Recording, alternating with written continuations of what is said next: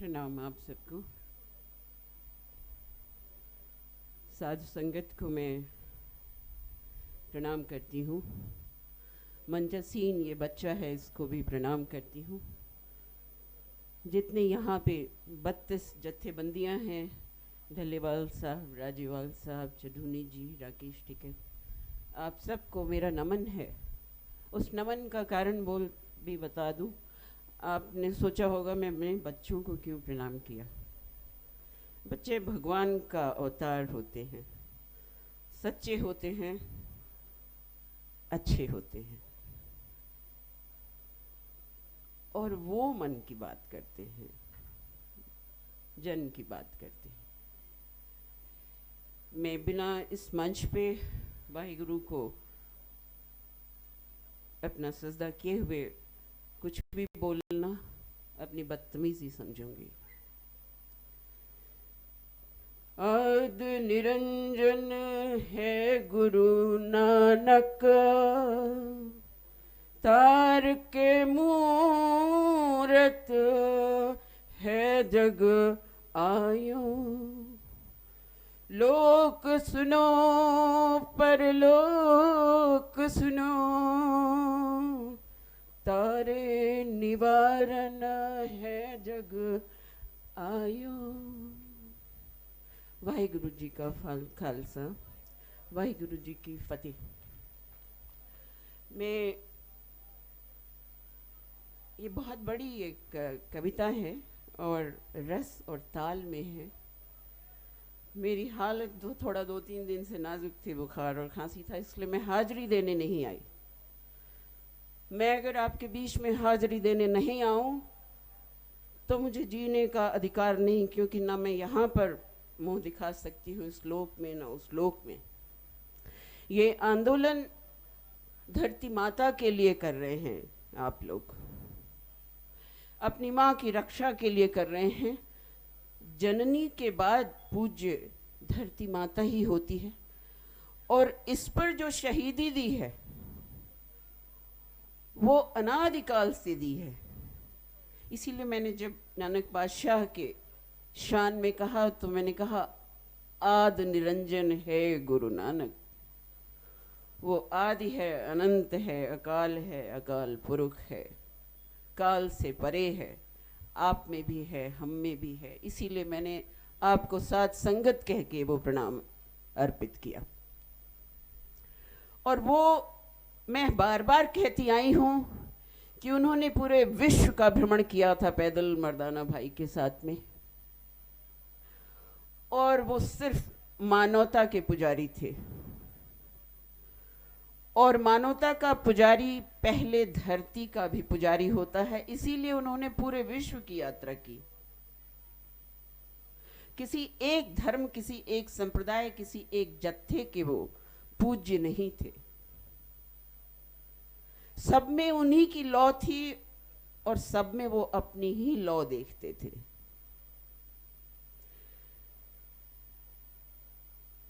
जब ये महाभारत का युद्ध हुआ था, यही कुरुक्षेत्र था।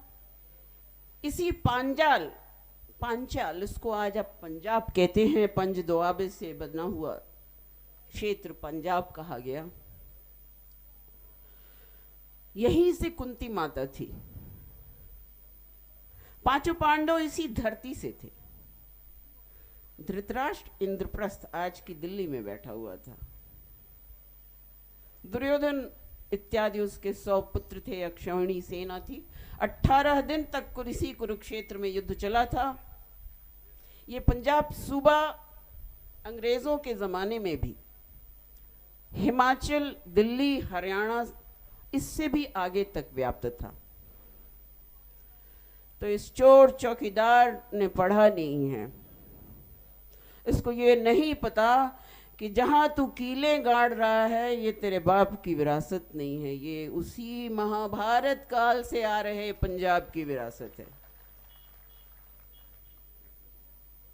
ये पापी निशान साहब का पटका डाल करके दर दर कभी अमृतसर गुरुद्वारे में मत्था अकाल तख्त जी पे टेकता है, कभी बंगला साहब गुरुद्वारे पे टेकता है, उस वक्त इसको निशान साहब में खालिस्तान नहीं दिखा, लेकिन वो भोले भाले किसान जिनको गुरुमुखी के अलावा या हरियाणवी के अलावा और कुछ नहीं आता, इसके प्रवक्ता मीडिया, वेश्या मीडिया, 2 टके पे नाचने वाली बुलबुलें कहती हैं कि खालिस्तान।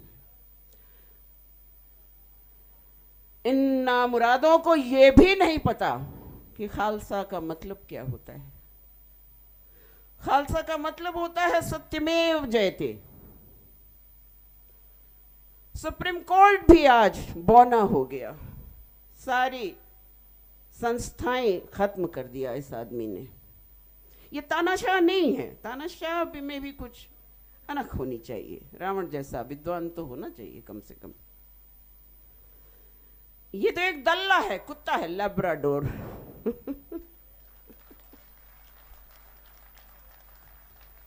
सोने का पट्टा डाला है अंबानी अडानी ने, वो भी कुत्ते हैं। किसके? अमेरिका के। सो निहाल, सत श्री अकाल। मैं आपको इतिहास के 3 पन्ने दोहराऊंगी आज। समय थोड़ा कम है, इजाजत हो तो बोलूं? मेरे पास बहुत कुछ होता है और मैं उसको इसलिए बांटना चाहती हूं कि ये आंदोलन जीत चुका है, नहीं तो कीले नहीं गाड़ी जाती, 56 इंच का सीना होता तो तू गलवान वैली नहीं हारता, वहां पे गाड़ता ये कीले, ये बाढ़ वारे, ये जितने तूने लेयर दर लेयर जो ये यहाँ पर लगाए, जिसको हवा ने जवान हंसते हुए लांग जाते। कितने बार जसबीर सिंह भाई जी ने बोला, हमारी बहनों ने बोला, बच्चे रोज बोलते हैं, ये उनका खेल है, खेलना कूदना। अरे पापी, नीच हत्यारे, तुझे ये नहीं पता कि तेरे को मुखिया बना के भेजा गया है। तू कमीने यहाँ पर किले गाड़ के किले बंदी कर रहा है दिल्ली की, तो तू प्रतिनिधि कहाँ रह गया? तू तो दल्ला कुत्ता हो गया, खुद अपना सर्टिफिकेट खुद दे रहा है। अगर तू हमारा प्रतिनिधि होता, हमारा मुखिया होता, ये आंदोलन यहाँ तक नहीं आता। 4 जून 2020 को ही जब पंजाब में हुंकार भरी थी, किसानों ने अपनी धरती माँ की रक्षा के लिए, तेरी तरह धरती माता के साथ सेल्फी नहीं खिंचाते। वो ये सेल्फी नहीं खिंचाने वाले लोग बैठे यहाँ पे, कोई भी। तू नास पीटे 93 साल की बुढ़ी के साथ में सेल्फी खिंचाता है, वो भी के बाहर, घर के बाहर आके। कोई अपनी माँ से मिलेगा भी तो घर के अंदर जाके मिलेगा कि बाहर दरवाजे पर 2 कुर्सी रखी जाती है। और आज तक इंडिया टीवी, रिपब्लिक टीवी पूछता है भारत कि कौन अपनी माँ के साथ सड़क पर फोटो खिंचाता है पैर छूने का, ये भी पूछता है भारत। ये भारत पूछना चाहता है और जान भी चुका है। खैर, मैं बार बार कहती रही कि मैंने ये पाप नहीं किया, ये योगी नहीं भोगी है। भोगी है। जहां पर यूपी में किसान आंदोलनों में ना पहुंच सके, इसके लिए 10,000 से लेके 53 लाख की नोटिसेस लगाई गई हैं। हर किसान, छोटे से लेके बड़े तक, हर किसान के दरवाजे पे बॉन्ड भराया गया है, फॉर्म बाकायदा, कि यदि आप वहां पे हाजिरी देने जाओगे ट्रैक्टर लेके, तो ट्रैक्टर भी हम जब्त करेंगे और 53 लाख बॉन्ड भी देना पड़ेगा। ऐसा कौन योगी हुआ आज तक? एक मैंने कृष्ण के अलावा और शिव के अलावा तो दूसरे को योगेश्वर कहा नहीं गया। लेकिन सरकारी बाबे भी बड़े थे जिनकी एक की आंख ही नहीं ठीक हुई योग गुरु कहने के बावजूद,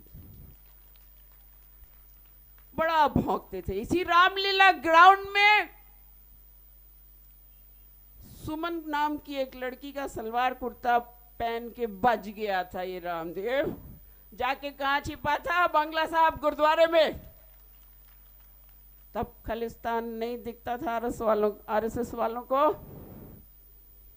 क्योंकि आरएसएस का और भाजपा का खड़ा किया हुआ वो अन्ना आंदोलन था। और मैंने इसी प्रणब मुखर्जी को लिख के दिया था चिट्ठी लेटर हेड पे अपने संगठन के, कि दूसरा गांधी नहीं पैदा होगा, दूसरा भगत सिंह नहीं पैदा होगा, दूसरा सरदार पटेल नहीं पैदा होगा, दूसरा नेताजी सुभाष चंद्र बोस नहीं पैदा होगा। वैसी माँ भी तो चाहिए। सेल्फी खिंचाने वाली माएँ भगत सिंह नहीं पैदा करती, सेल्फी खिंचाने वाली माएँ भगत सिंह नहीं पैदा कर सकती। कोख में दम होना चाहिए। कोख में दम किसको आएगा? जो मिट्टी में काम करता है। आप हो, बैठे हुए हो, मिट्टी से लगे हुए हो, आप हो, यहां बैठा है और उसको बोलता है पिज्जा खाता है। कुत्ते, तेरे को यही नहीं पता गेहूं वो पैदा करता है, पिज्जा वो नहीं खाएगा, तेरा बाप खाएगा।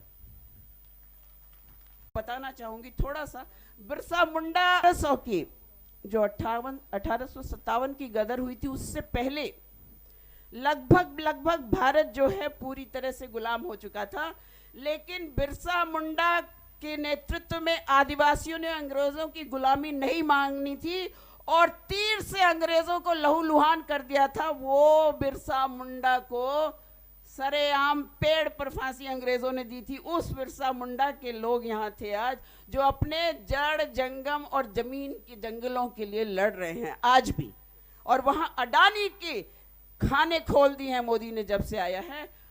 देखिए, एक तीन चीज इतिहास का सिर्फ मैं आपको बताऊंगी कि कैसे किसानी और जमीन को हड़पा गया है और कैसे हमें भिखारी बना गया। बंधुआ, हमको बंधुआ मजदूर बनाने के ये तीनों कानून हैं, बस इसके अलावा कुछ नहीं। बस तीन मैं सिर्फ आपको एक चीज सुन लो आप, बस एक सेकंड। 1873 में पहला फेमिन आया था बंगाल में, 1873 में। दूसरा दुर्भिक्ष फेमिन 1943 में आया था, क्विट इंडिया मूवमेंट के बाद में। तीसरा दुर्भिक्ष कोरोना के रूप में 2020 में इन्हीं मल्टीनेशनल कंपनियों के द्वारा आप पर थोपा गया कोरोना कुछ नहीं है। सबसे बड़ा कोरोना मोदी और अंबानी है। बंगाल में 1943 में चावल जो है 100 से लेके 500 रुपए किलो तक बिके थे।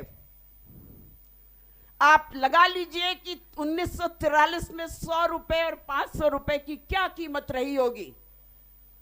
आज वही हालत है।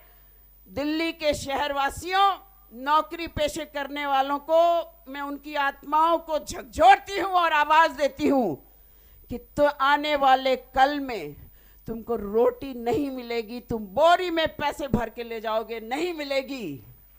क्योंकि कोरोना तुम्हारे ऊपर 1943 1873 की तरह थोपा गया है।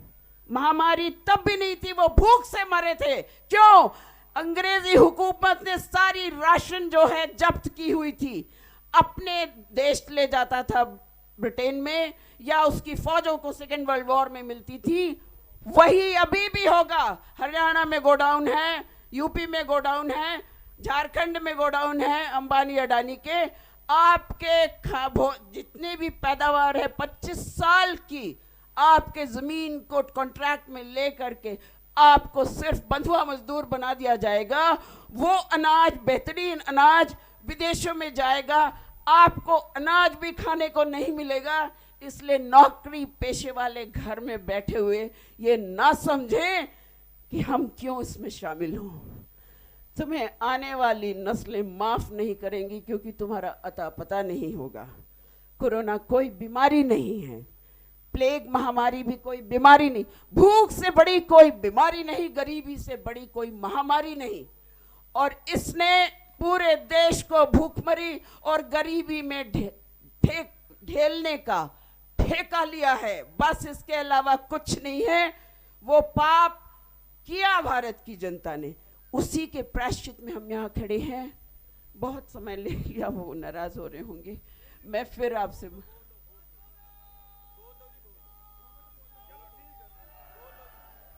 नाराज हो रहे हो आप।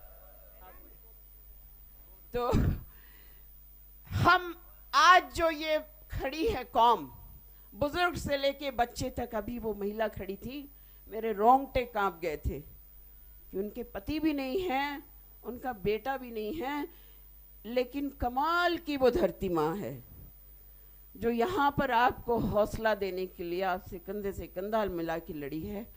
और मैं आपको जागरूक करने के लिए, हौसला अफजाई करने के लिए, आप लड़ाई जीत चुके हो ये भी बताने के लिए, क्योंकि ये किलेबंदी तो चीन के बॉर्डर पे लगा, पाकिस्तान के बॉर्डर पे लगा, अरुणाचल पे लगा, जहां चाइना तेरे को खा गया, चाइना गांव बसा गया, उधर गालवान ले गया, तेरा 56 इंच का सीना वहां नहीं दिखता। और तूने यहाँ कीले लगाई, गाजीपुर में किसानों ने उस पर मिट्टी डाल के फूल और पौधे लगा दिए, जो उसका पेशा है।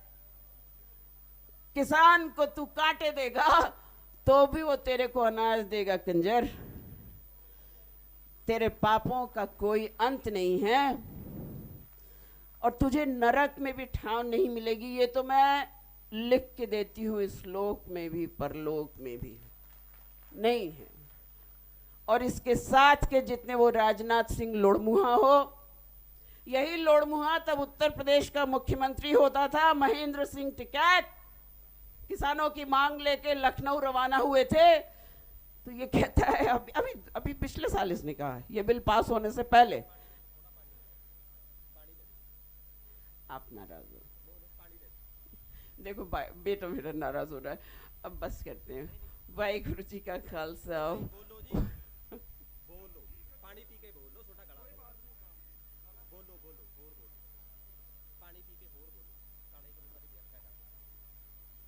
नहीं, और लोगों को जगह देते हैं, मैं क्षमा चाहती हूँ। वाहिगुरु जी का खालसा, वाहिगुरु जी की फतेह।